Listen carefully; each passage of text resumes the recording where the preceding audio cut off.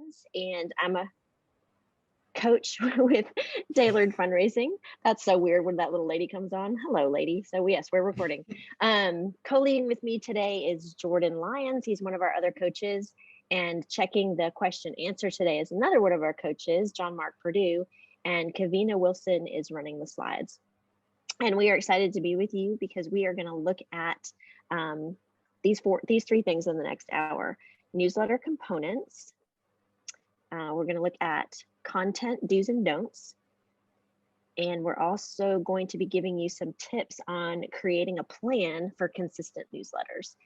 And throughout the webinar, we want to hear from you guys. So in your Zoom screen, you know where the chat button is because you guys have been using it. So this is where we want you to put any comments that you want to share with us throughout the call. And also where we're going to put comments and information back to you as well. So just again, make sure that you've checked to all panelists and attendees so that everybody who's joining can see what you're sharing. Then the other button that I want to draw your attention to is the Q&A button. And if at any time you've got a question, we want you to put your questions in the Q&A box, because if you put them in the chat, the questions could easily get lost with everybody, scrolling through there and adding things. So this is a live webinar and we all want to learn from one another. So we want you to ask as many questions as you want, and we're going to do our best to get to all of them. We'll either answer them live, or John Mark may type you an answer through the text box in the chat box. So not in the chat box, sorry, in the Q&A box. We're also going to be giving you a few poll questions throughout the webinar to get feedback around your experience with newsletters. And for those of you who have not experienced a coaching session with Tailored, we're offering a free session to give you some feedback on an existing newsletter. So all you have to do is click on the link that John Mark is putting in the chat, and then fill out the form, and then upload your newsletter, and we'll reach out to you soon to set up a session. So right off the bat, we want to start with a poll question. What type of newsletter do you send? Do you send a paper newsletter, an email newsletter, both, neither, or I haven't started yet? Jordan, what do you send? I send email primarily. So we send letters as well, but emails are primary mode. What about you when you were sending them out? Well, back in the dark ages when we didn't have email, all we had was paper. That's Thank you again for dating me. My apologies. Go ahead and say what you were going to say before I asked that question. I was going to say, I bet most people would be email. So if I had to guess what the poll is going to say, I hope it's neither. I mean, I hope it's not neither. I just don't send it. Yeah. Unless you're doing phone calls, then lots and lots of phone calls, that would be acceptable. Yeah, there you go. Haha, look. All right. No, but nobody sends paper. Zero paper. That's shocking to me. Yeah. Very interesting. I would have thought at least like an annual. There's people that do both. Oh, there you go. Thank you. Yeah. So we do have 15% or 27% that do both. So yeah, cool. Right. So right. I like that. Thank you for. It's early. It shouldn't be that early, but it's early. Okay, well, our primary focus today is going to be on email newsletters, but many of these tips and ideas will also help you on physical newsletters. So one question that we're hearing more frequently is, are newsletters even relevant anymore? And the short answer is absolutely.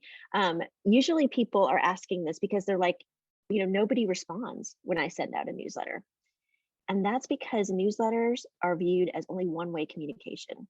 So the lack of response doesn't mean that people aren't reading them and that no one cares. We've just created a culture where you send a newsletter to update another person, not to engage with another person. And honestly, no matter how many times you end your newsletter with, I'd love to hear what you're doing, or let us know how we can be praying for you, you aren't likely to get a response because it's a mass communicated item. So if you're looking for interaction, then you probably need to be on social media. And you also need to have a plan for connecting with people one-on-one. An effective communication plan that promotes sustainability is going to include all of these avenues. So we've had separate webinars on social media and on one-on-one communication. And so the goal of this webinar is to kind of complete that communication trifecta by helping you to write an effective newsletter. So what do you guys, what takes a newsletter, what makes it go from just okay to wow, I cannot wait to read this email. And we're going to cover the 7 components of a great newsletter. The first newsletter component is the first thing we're going to see, and that's called the subject line.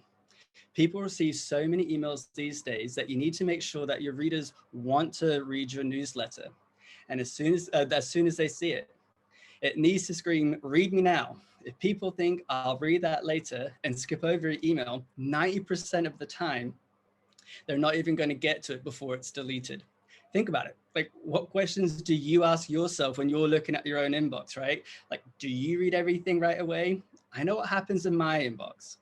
So making your subject line catchy, maybe even humorous, so that they'll want to read it right away. Ask yourself, what would make me want to open this? Would I even open it? And here are some real examples from people we've worked with that we really enjoyed. When God blows your mind. Campus update. You won't believe what we've heard. What it's really like looking inside a refugee camp. Josh professes Christ. And you'll notice with this last one that we used a specific name. And we want to point out a couple of things here.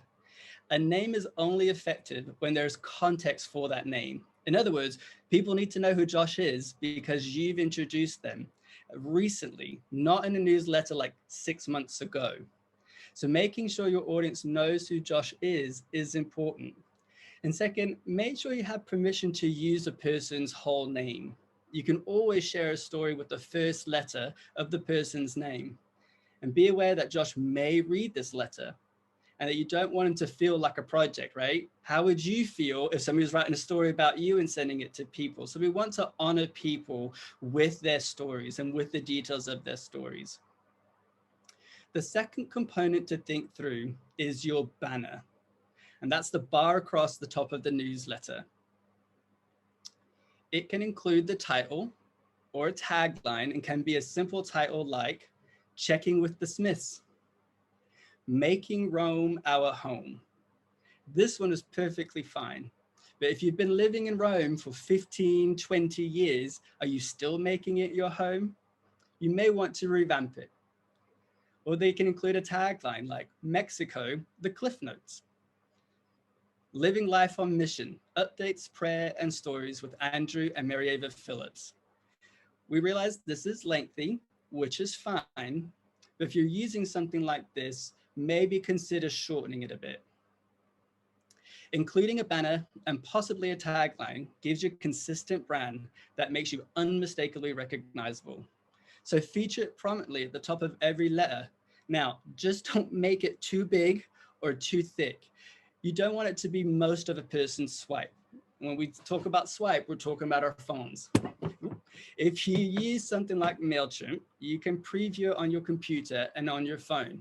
A good rule of thumb is if it works on your phone, it's going to work on your computer. The third component is the main story.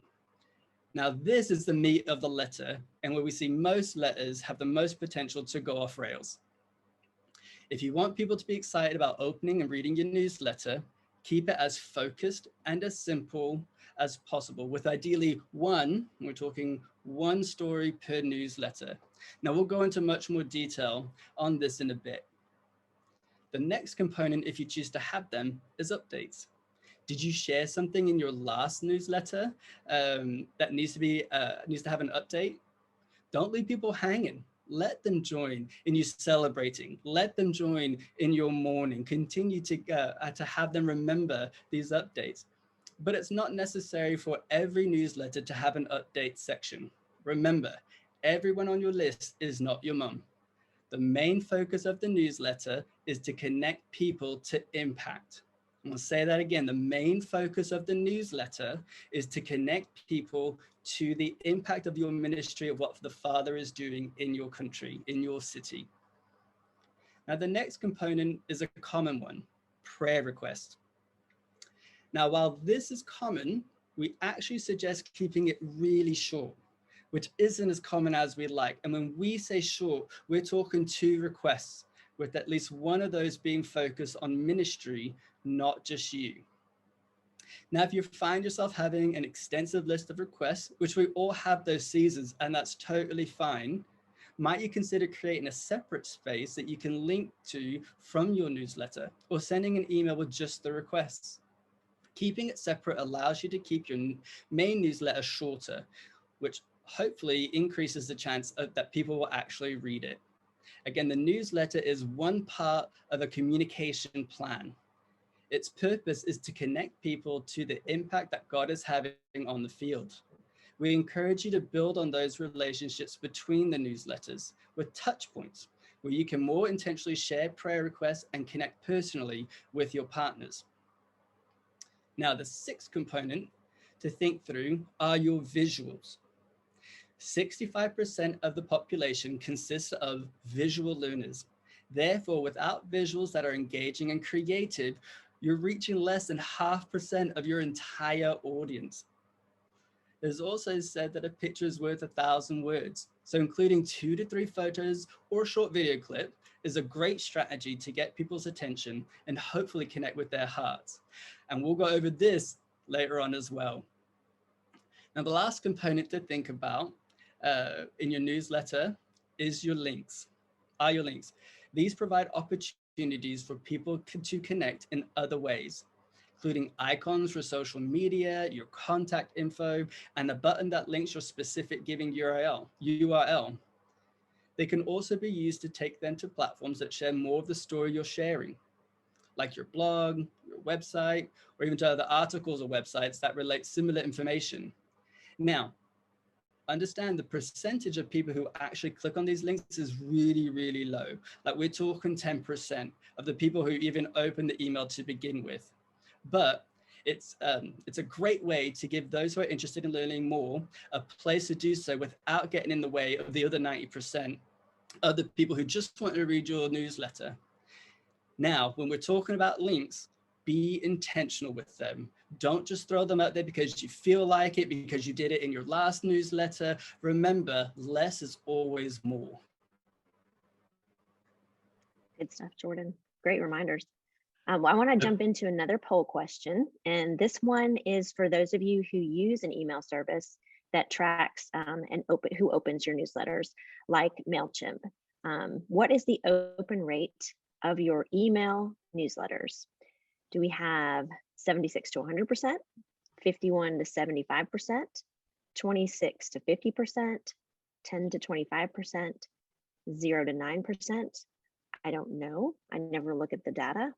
Or not applicable. I don't even have something to track this type of data. My guess, go ahead. What are you thinking? Could I, whoops, sorry. Sure, go ahead.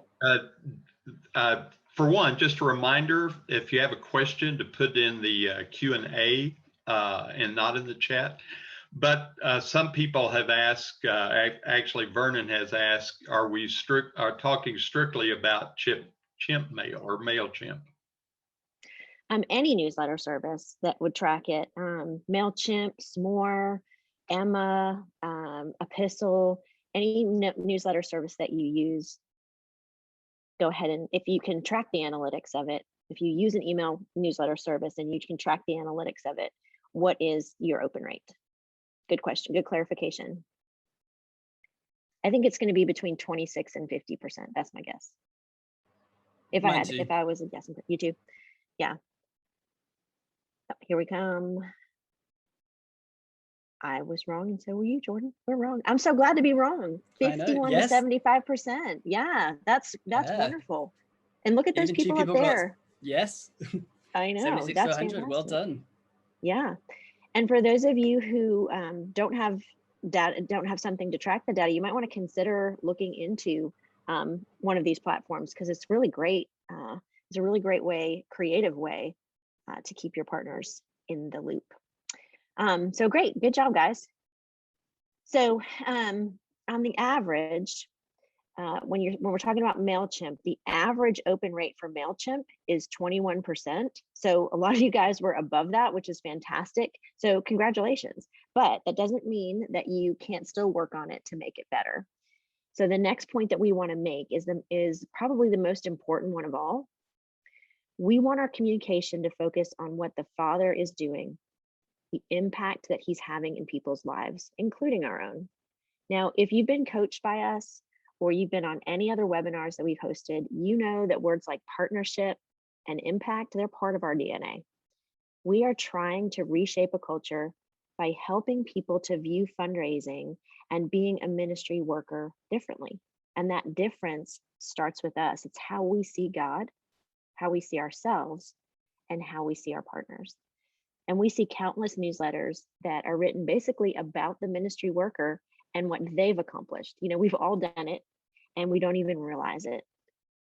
We want to challenge you to see yourselves not as that sole person who's doing the work, but actually as the leader of this team, the leader who shepherds your team toward the work of Christ. So when the Apostle Paul is writing to the Philippians, he's communicating the significance of their role, even though they're not there. He says things like, because of your partnership in the good news, or it's not the gift that I seek, but it's the fruit that increases to your credit.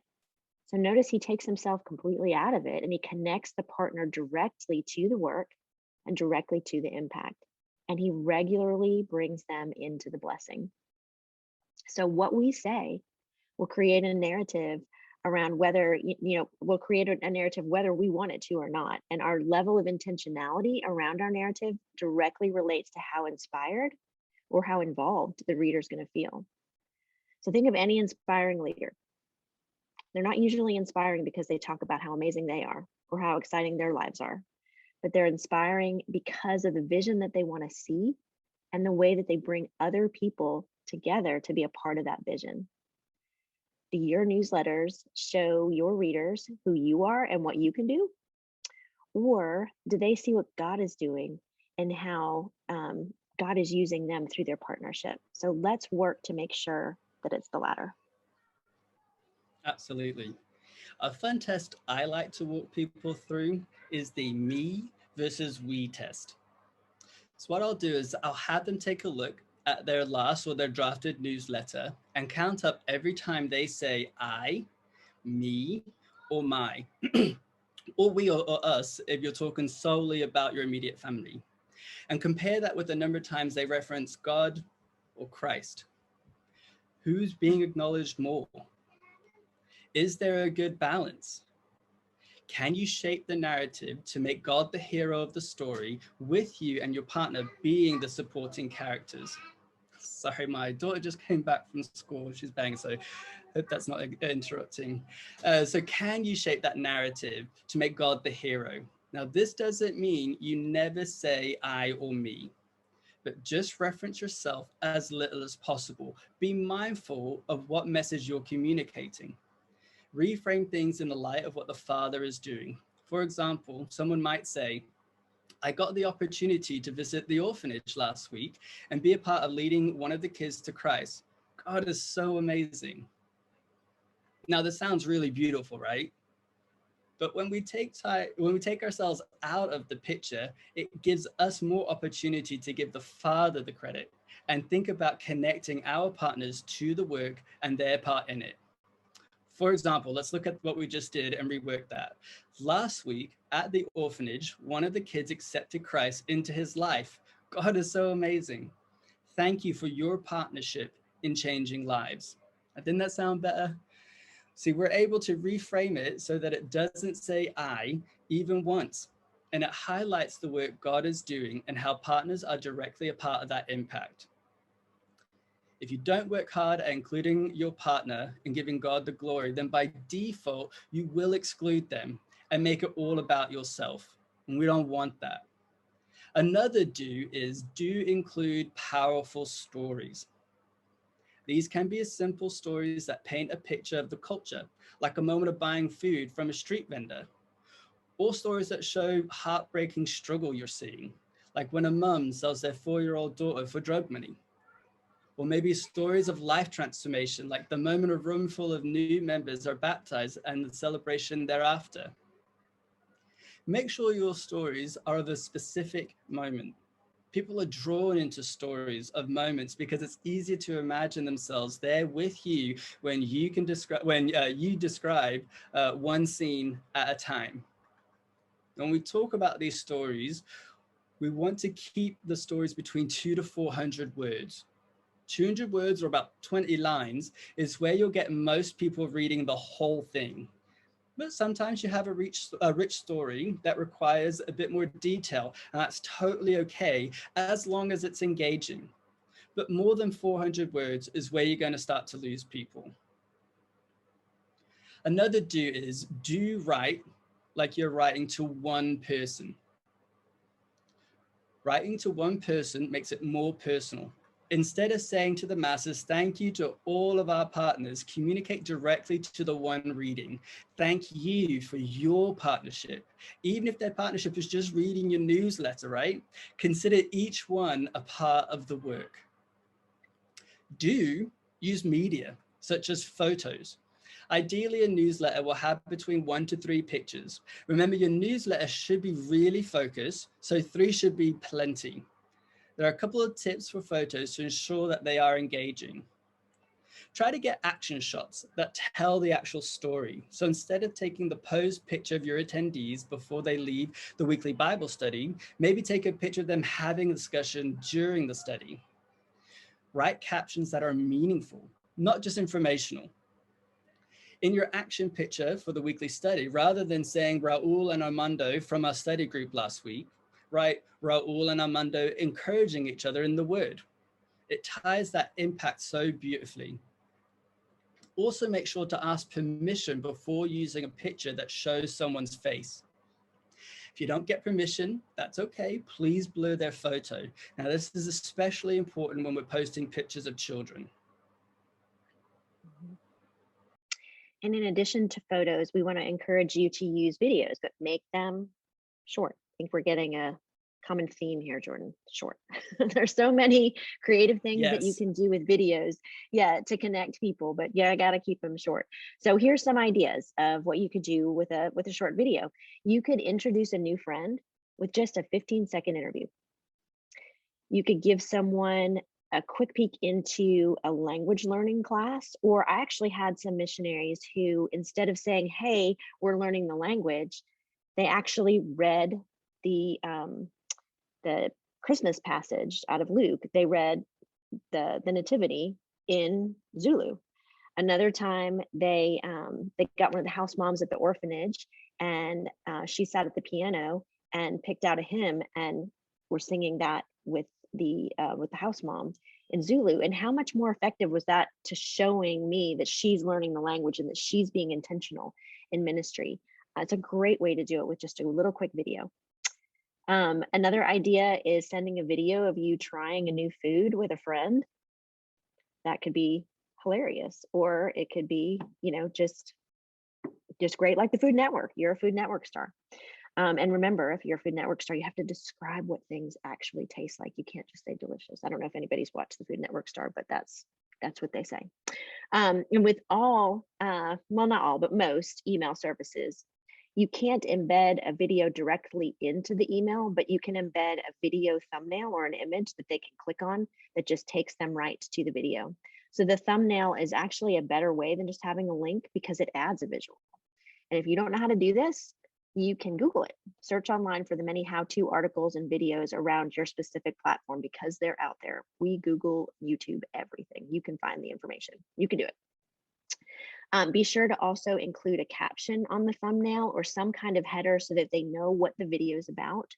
And no matter what your video is, again, please try to limit it to 1 to 2 minutes. Experience has taught us that if a video is longer than 1 to 2 minutes, people are going to go, you know what, I'm going to watch that later. And as we mentioned before, they'll probably never get around to it. So keep it short. Another do is express gratitude for their partnership. Now, this point usually seems pretty obvious, but what happens all too often is we thank them, but we remind them that we're actually the ones that are doing the work. So let's look at this example. So thank you for your partnership in reaching students for Christ. I couldn't be doing this without you. So it starts by connecting the partner directly to impact, but then it moves right into saying, I'm the one doing the work. So how can we rephrase that so that it just highlights their part? So here's a couple of examples. Your partnership is reaching Harvard students with the truth that only Jesus can satisfy our craving for genuine love. We're so grateful for you. Another one, God's hand is working in the local sports camps, and it's no coincidence. Your prayers are paving the way for future generations to know the love of Christ. Thank you for your partnership. We don't have to remind the people that we're the ones that are there. They already know that. What's often overlooked is how important they, your partners, are. I feel like I'm repeating myself, but do keep it short, but also keep it simple. So short and simple, because people are busy. So make sure that they can get the information that they need from your newsletter quickly and easily. So from a desktop, we should be able to read it all in just a couple of scrolls or less. But what if it's been a busy month and you've got entirely too much to share? Well, you know what? Save that for another newsletter. Either your next one, or you know what, you could even send an extra one. Sending 2 newsletters in a week or a week or 2 apart is much better than cramming it all into one. So if you see, if you continue to see a frenzy of activity month after month that you just have to share, if you can, use social media as your main outlet for highlighting all of those pieces, but keep your newsletters simple always. All right, what about these buttons? Buttons are awesome. So keep buttons engaging. Buttons have such power behind them. It's typical to see buttons that say give now or donate or contribute. And that's not terrible, but what difference would it make if those buttons had taglines instead that said, click here to build laborers, or change a child's future, provide a book? Consider making your button a different call to action each month instead of that stagnant donate language. Because I don't want to donate. I want to change a child's future. I want to give a book. I want to give the gift of literacy. So encourage me to do that with the button. Do also consider the timing of when it's sent. In our experience, most people read them first thing in the morning or in the evening. So also consider time zones. And if you use services like MailChimp, you can actually schedule when they're sent. So look at your own data to see when it's best for the majority of your readers. And lastly, this I can't say enough, as the English teacher in me comes out. Do proofread your letters. There is no excuse for errors these days, because we've got grammar services out there like Grammarly, and they're free and they're easy to use. Or you could consider asking your spouse, or maybe one of your teammates or your friends to, maybe even one of your partners. It's a good way to get partners involved. Maybe one of your partners is an English teacher or just is a grammar Nazi. I don't know. Let them proof it, but so allow some time for that step to be able to happen. Deb, could I interrupt and have a couple of questions? I think Absolutely. that are pertinent to that. Vernon's asking about telling a story, if that is apart from the one main story that is recommended. I'm not sure I understand the question. I think he's asking, could there be 2 stories? Is the main story separate from another story? I think what we're encouraging you to do is to tell one story, 200 to 400 word story, and that's it. And I know that's revolutionary. That's weird if you're used to sending lots of different things, but I promise you that people they will read one story. I know there's one guy that I have that I read all of his things because I know he keeps them to 200 words. And I know that when I open it up, I can read it in less than 5 minutes. So I would encourage you to have one main story. And again, if you can, put other stories on social media, or if you have another story that you just have to tell that month, send 2. Okay. Does that answer the question? I believe so. Okay. Vernon, let me know if that didn't. Also, Valerie asked if she sends a monthly update through MailChimp and would like a biannual paper newsletter to reach people. Is there a website program that can form a creative, visually appealing newsletter that could be mailed, hard copy? She says a Word doc is challenging. Yes, there's actually one, and it is called prayerletters.com. Sorry, it is not here. I'll put it in the chat. It Okay. is called, I think it's called prayernewsletters.com. Let me see. Here we go. I'm putting it in the chat right now. Let me get to, you know what? Let me get it to everyone. All right, it's called prayernewsletters.com. And they will actually print, fold stuff, and mail all those letters for you. So hopefully that's a good service for you. Okay. And then just a couple more just clarifying. I think one, Marilyn is asking what time of day that you referred to as the best time to send it. What do you think, Jordan? I say most of us, when we're in bed in the morning, we do this number here. So early enough before people get out of bed. And so I would imagine somewhere between 6 and 7 would be good times to send it for the time zone that you're sending it. So if you're in a different one, not 6 or 7 o'clock your time, but 6 or 7 o'clock where it's going to end, where people will open it. I'd also, in the evening, I would say 8 o'clock is typically going to be your best bet. That's when most people, they've eaten, they're sitting on the couch, watching TV, probably got their phone in their hands as well. And especially if you've got a lot of families with kids, small kids especially, they'll be in bed by that point. And again, those particular subsets of partners will be on their couch around 8 o'clock. So that's when I would say that. And yeah, Valerie says that she's automatically sending hers to go out at 5 a.m. and most people open it between 5:30 and 7.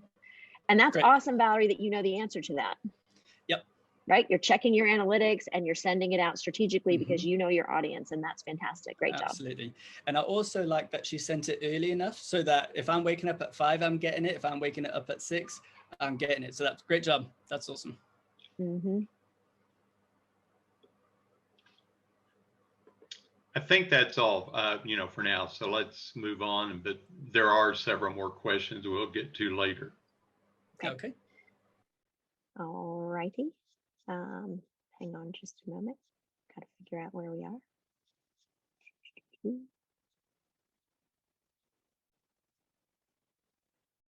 Okay. All right. So we are done with our list of do's. Now we're going to do our list of don'ts. And you can probably be thankful that you're not all on camera so that we can't see you guys cringe at all the things that we've all definitely done at some point in our newsletter. To start with, the last thing that your newsletter should be is a business report or a recap of everything that's happened since your last newsletter. Ain't nobody got time for that. The purpose of a newsletter should not be to keep people informed, but remember, well, like what Jordan said, it's to keep people connected to the impact. So again, if you've got a lot going on, consider putting it on social media the day that it actually happened instead of saving it all for one letter. Next, this is huge. Please, please, please stop apologizing at the beginning of a letter for not sending it sooner. Stop apologizing for at the beginning of the letter for not sending the letter sooner.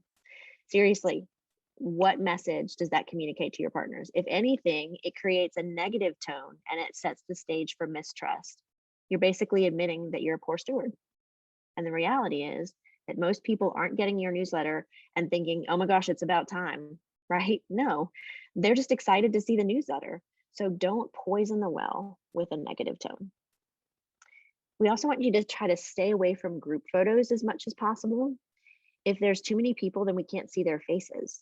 And people feel more connected to the people in the photo when it's just 1 or 2 people and they can clearly see their face.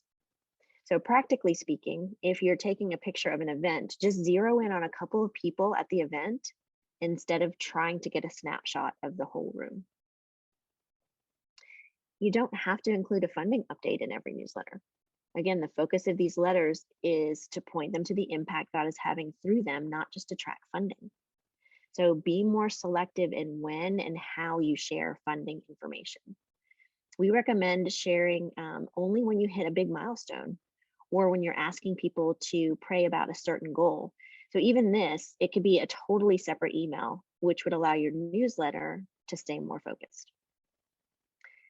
Don't send your letter as an attachment in an email.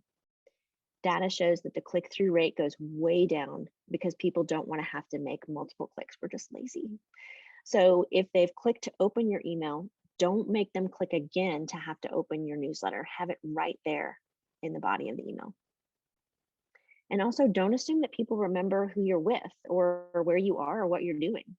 Make sure this information is included in every newsletter. We want you to ask yourself, if this was the first newsletter that someone got, would they understand what's going on? Make sure that it's clear every time. In addition to that, don't add new language or programs before you've had a chance to explain them. I once received a newsletter from someone who had a new program listed in the signature line, and I was confused. So I reached out to ask, what that was about, because I thought that he was working with a different organization, because it was like a logo. And he shared that he was still working with the same organization, but they were starting a literacy movement too. And that was the name of the new initiative, which is awesome. But instead of having an opportunity to introduce that new program and bring clarity and even celebration, his newsletter brought confusion to me. And, all of you know that most people wouldn't have reached out to get that clarity. What could have happened had I not taken the time to reach out is that we might have stopped our partnership because of a lack of understanding of what he was doing. So don't let that happen to you. In every newsletter, a stranger should be able to learn who you are, where you are, and what you're doing. Absolutely. So we're going to move into creating a plan for consistent newsletters. But before that, we're going to have one final poll for you. So our question is, how often do you send some kind of newsletter? Is it weekly? Is it monthly? Quarterly, 2 to 3 times a year, annually, or I've not even started sending them yet? What do you think it's going to be, Deb? I think it's going to be either monthly or quarterly. Yeah, absolutely. What do you do? Main thing, we shoot for monthly. Monthly is always our goal. We typically do 1 to 2 months, but 1 month is what is always our goal. But what really is important with any communication is to keep it consistent. And that's ultimately what we're going for. So if people get your newsletter, okay, so quarterly, most of you are doing quarterly. Actually, most of you are doing quarterly and monthly. That's awesome. Weekly, cool. And then we've got 2 to 3 times per year, and then some that haven't sent it. All right, good job, guys. So again, it's really important, whatever flow we're doing, is that it's consistent. If people get your newsletter and it's been so long since they've received the last one that they can barely remember you, it's likely to be on the bottom of their reading list.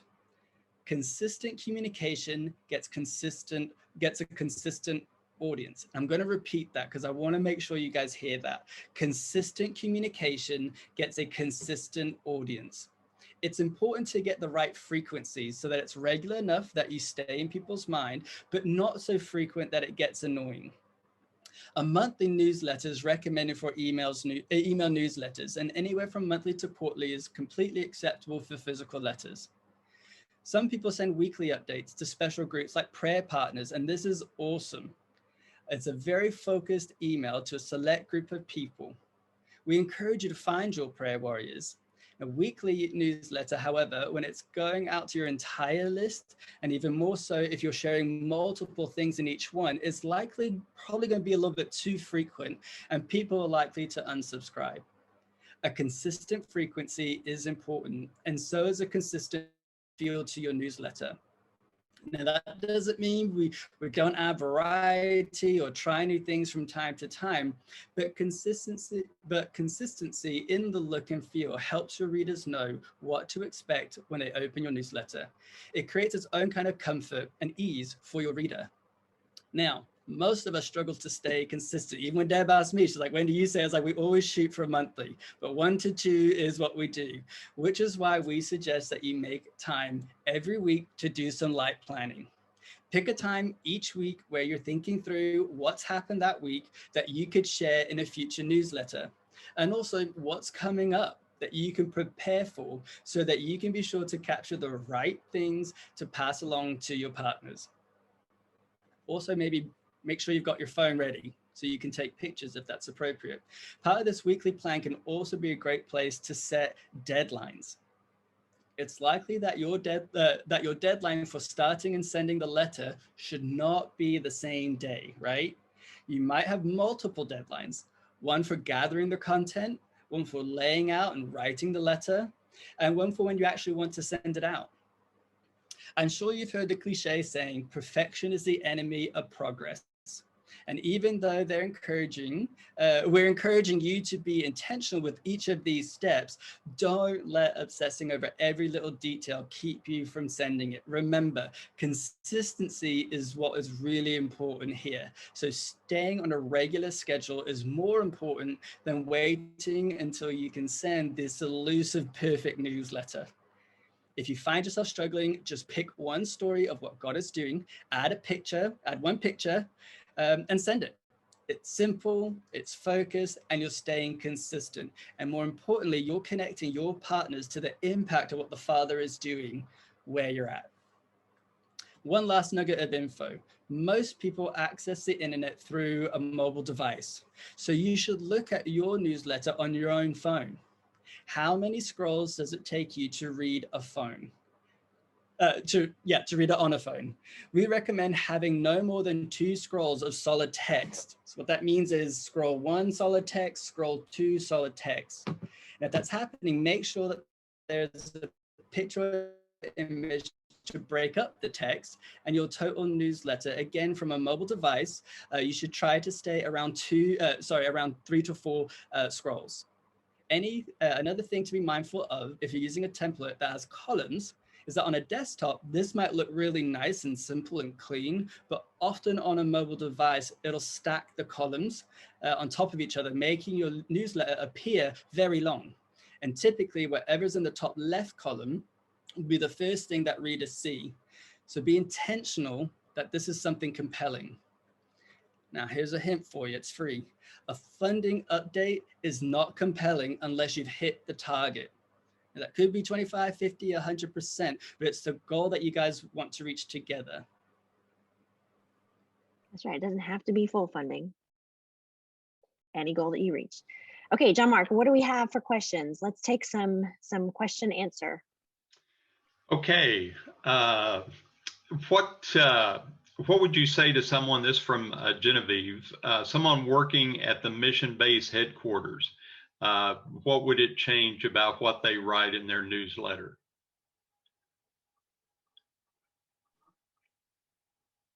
Well, I love it when people work at mission headquarters, because here's the thing. People who partner with you partner with every person in your organization. Yep. So you have That's what I was just about to say.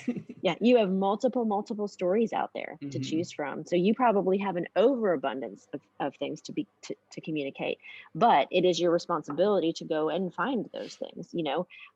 Consider having a drive where people upload their newsletters in your organization to the drive, and everybody can kind of share, like work on this as a team. It would be really encouraging. You could also pull from the organization's website if there are stories.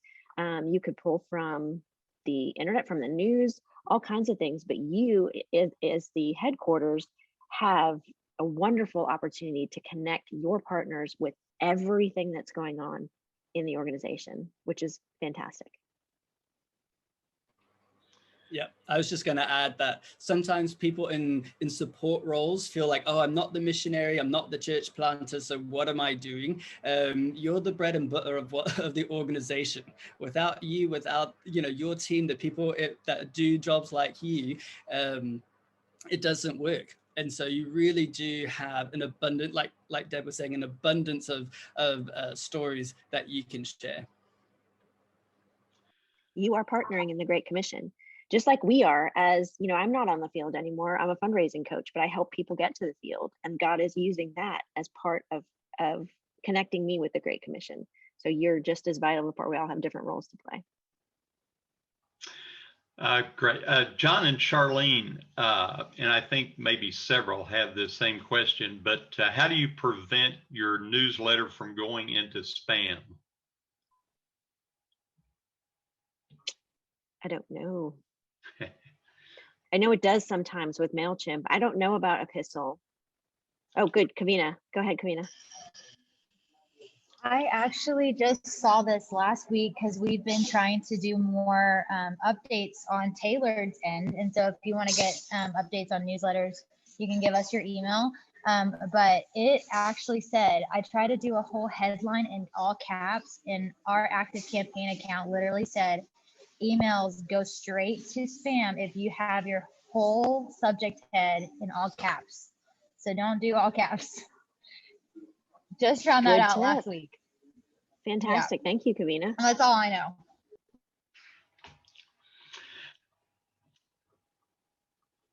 And Does anybody have something in the chat? Go ahead.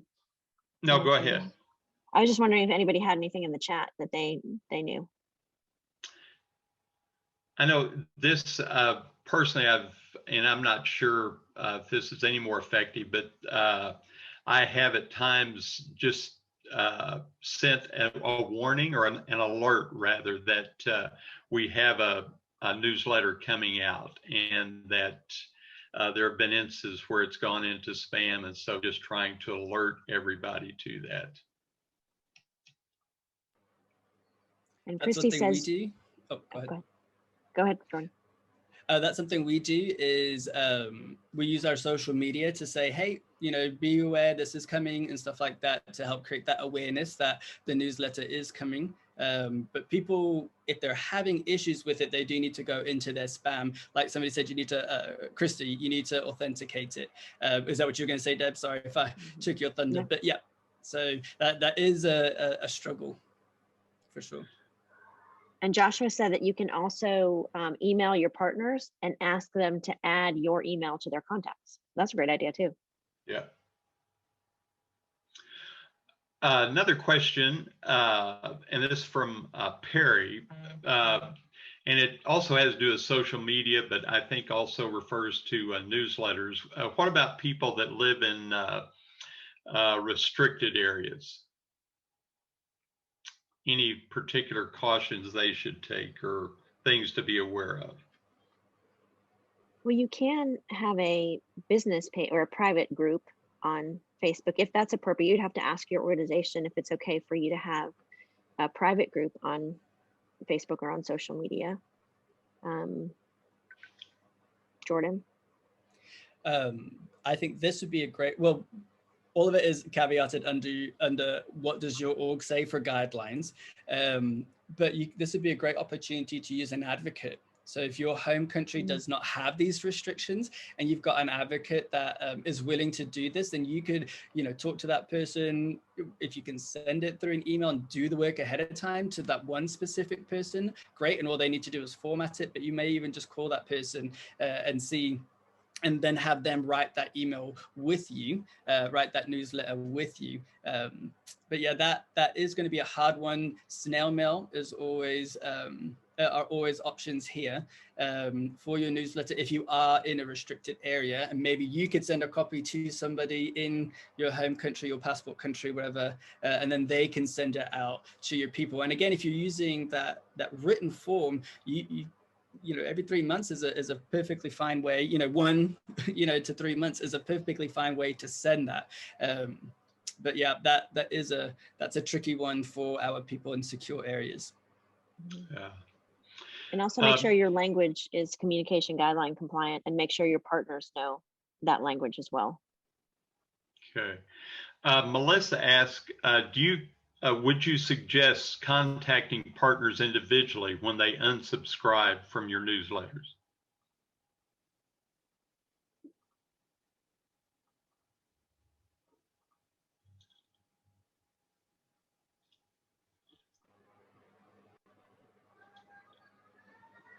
I feel like I'm always answering first. I'll answer. I think it depends. I think it depends how you approach it. It's like if you've got a financial partner that has stopped giving, you're going to go after them, you're going to talk to them, you're going to try to re-engage them and figure out what happened. What I wouldn't do is just go, bob@soandso.com, unsubscribe. Well, I'm going to resubscribe him I'm going to resend it to him anyway. I would not do that. But I do think it's acceptable to engage somebody who is unsubscribed, but I would be mindful of how you do that. And you might get, and be prepared for the answer. Like if they give you some valid feedback, be accepting of that answer. And this is similar to it, but how long should you keep someone on the list if they haven't opened in 6 months or more? I don't think I'd ever remove anybody from my list. Agreed. I might reach out to them, and maybe it's going to their spam. Right. But I wouldn't remove anybody. And Okay. again, this is a one-way communication tool. So there are other ways that you can communicate that with that person. So if a newsletter is not their cup of tea, maybe text messages are, maybe handwritten notes are. So there are other ways to engage your partners. And this is just one tool in your total communication plan.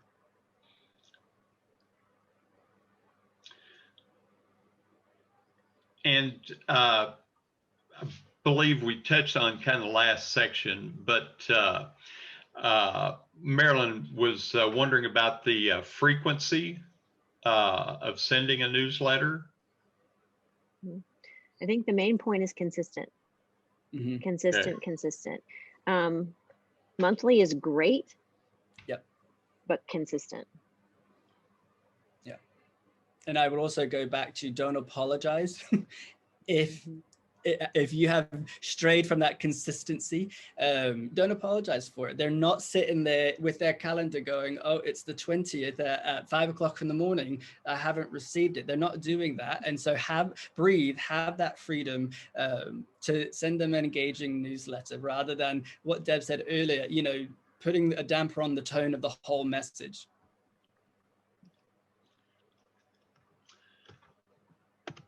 I think that pretty well. I think we've addressed most of those. One other one. Are there other services that you would recommend besides MailChimp, such as Epistle?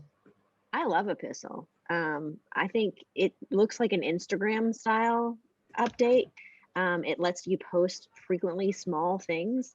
They group these updates together and then they send them to partners automatically. So relationships with your partners, there's like this like button, and there's a prayer button, and there's a give button, and it automatically, there's a comment. So like if you write something, it encourages that response from your partner. They get to engage with it. So instead of them having to click and find your email address and type something to you, they can do it right then and there, which is really cool. So yeah, I love Epistle. I love when I receive it. But correct me good. I was just saying, correct me if I'm wrong, Deb. Epistle is secure, right? So yes. So for those who are in more secure areas, now I'm not going to say it's the most secure. I don't know all of that information, but it is fairly secure. So you may want to give that a go for those in more restricted areas. Mm-hmm. It's not free. It's $9 a month, but so well worth it. But again, you have to know your audience too. I mean, I have clients who literally chose MailChimp because they didn't think that their audience would like Epistle. So they checked out both. So it's really to who your audience is. So, okay, well, we want to move into a time of reflection. Let's reflect on something that we've experienced today, and we want you to share it in the chat. Remember, with everybody, so all panelists and all attendees, what's something in this webinar that's been helpful for you? And as we mentioned earlier, for those of you who have not experienced a coaching session with Tailored, we're offering a free session for you to get feedback on an existing newsletter. So all you have to do is click on the link in the chat that John Mark's putting in there, fill out that form, upload your newsletter, and then someone's going to reach out soon to set up a session. And we also want to invite you to next month's webinar, which is fundraising events that work. And again, John Mark's going to be quick on the draw on the copy paste, and he's going to put that link to the registration there in the chat. So let's see what's been helpful. I like Daniel Yarbrough. Good to remember. It's a one-way communication. It helps refresh expectations of responses. I especially like that second part. It helps refresh our expectations of responses. That there are other ways that we need to be communicating for sure. Mm-hmm. Like Valerie said, send a funding update only when it's compelling. Mm-hmm. Mm-hmm. Couple of consistencies and not apologizing. Love that. Sending another update a week or two later if needed with more stories. Absolutely. And you can link that too. That's an option in your newsletter. If you've got more stories, put a link in. So for those that want to read more, they can absolutely read more. Right. And then you're not flooding people's inboxes with more emails. That's another way to tackle that. Look at starting and sending the newsletter should not be the same day. Yes, that's awesome. Yeah. That's great. Love it. And the focus on impact. I think several people, taking yourself kind of out of it, the me versus we test, and making sure that you're thanking them without turning it back on yourself. Mm-hmm. Right to one person. Yeah. Shaping your narrative and how you word things. It's all about what God is doing. Yes and amen. Mm-hmm. Absolutely. Yeah. Thumbnails for videos. God gets the glory. Mm-hmm. Yeah, and Genevieve, yes, absolutely. One story instead of a list. Boom, boom, boom, boom. Not a report. Yeah. It's a story. Yeah. And Vernon, what you were sharing, Jordan, about not getting frozen by perfection, I could do that too. Yep. Again, just another one. We're connecting people to impact and don't need to inform about everything that happened since the last newsletter. Remember, these people are not your mum. They don't need to get all the details. That is okay. You can call your mum and tell her about all the things later. Absolutely. Mm-hmm. Yep. That's great. Well, John Mark, do we have any other questions? No, I think we've answered them all. Awesome. Okay. Well, it's been great to be with you guys today. I hope that you're walking away with some valuable tips on how to shepherd and lead your team through focused and compelling newsletters. Thank you so much for joining us. You guys have a great day. Take care. Hope to see you next month, not next week, but next month.